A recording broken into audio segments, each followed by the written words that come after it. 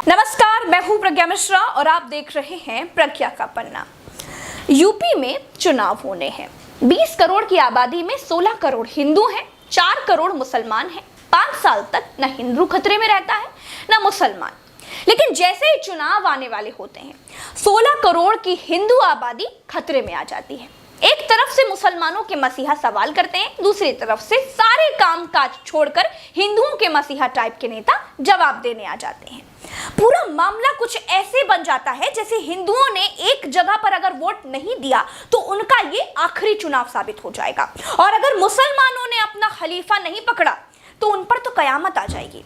चुनाव के समय ये नाटकबाजी खूब होती है, और यूपी में चुनाव के बाद हिंदू और मुसलमान दोनों मिलकर अस्पताल खोजते हैं, बच्चों के लिए स्कूल खोजते हैं, बिना गड्ढों वाली सड़कें खोजते हैं, न्याय के लिए निष्पक्ष थानों के पते पूछते हैं। चुनावों में अंधे हो चुके नौजवान नौकरी के लिए कंपनियां और भर्तियां खोजते हैं। जैसे सावन के अंधे को सब हरा हरा नजर आता है ना, बिल्कुल वैसे ही उत्तर प्रदेश में चुनाव के समय हर नेता को केवल हिंदू मुसलमान ही दिखाई देता है। आपके यहाँ पर चुनाव विकास पर लड़े जाते होंगे, हमारे यहाँ श्मशान और कब्रिस्तान पर सिंहासन तय किए जाते हैं।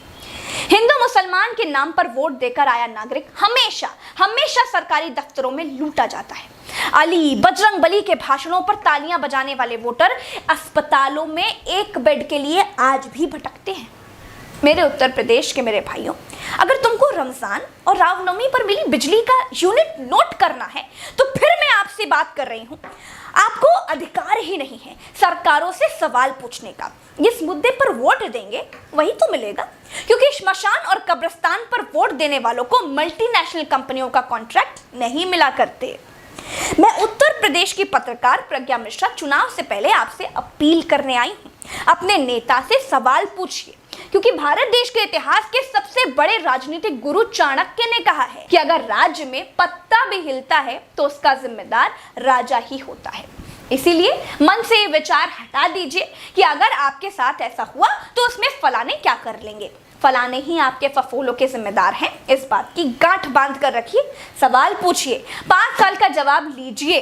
भारत में सभी धर्मों को रहने का, खाने पीने का, नाचने गाने का आजादी है भाई, तो वोट भविष्य को ध्यान में रख कर दीजिए। न कोई हिंदुओं का हुक्का बंद कर सकता है, न मुसलमानों का पानी। श्मशान की दीवार, अब्बाजान की मजार, दाढ़ी टोपी से ही चुनाव शुरू होगा और उसी पर खत्म हो जाएगा। चाचा जान और अब्बा जान के नैया से कहूंगा कि वे सावधान होकर के सुन लें। अगर प्रदेश की भावनाओं को भड़का करके माहौल खराब करोगे तो फिर शक्ति के साथ सरकार निपटना भी जानती है।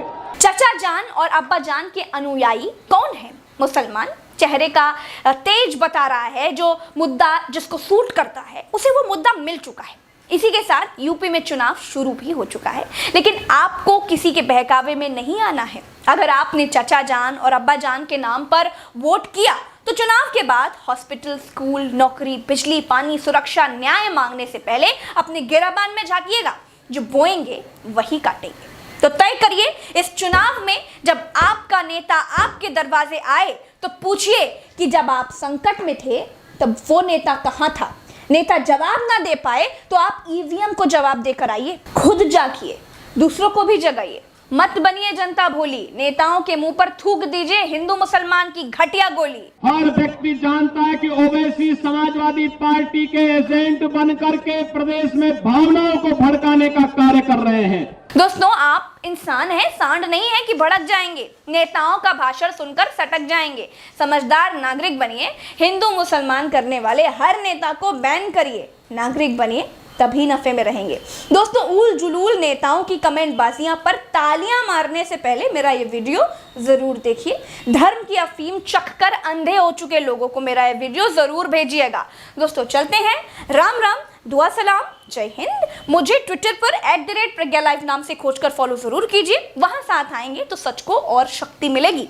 चलते हैं।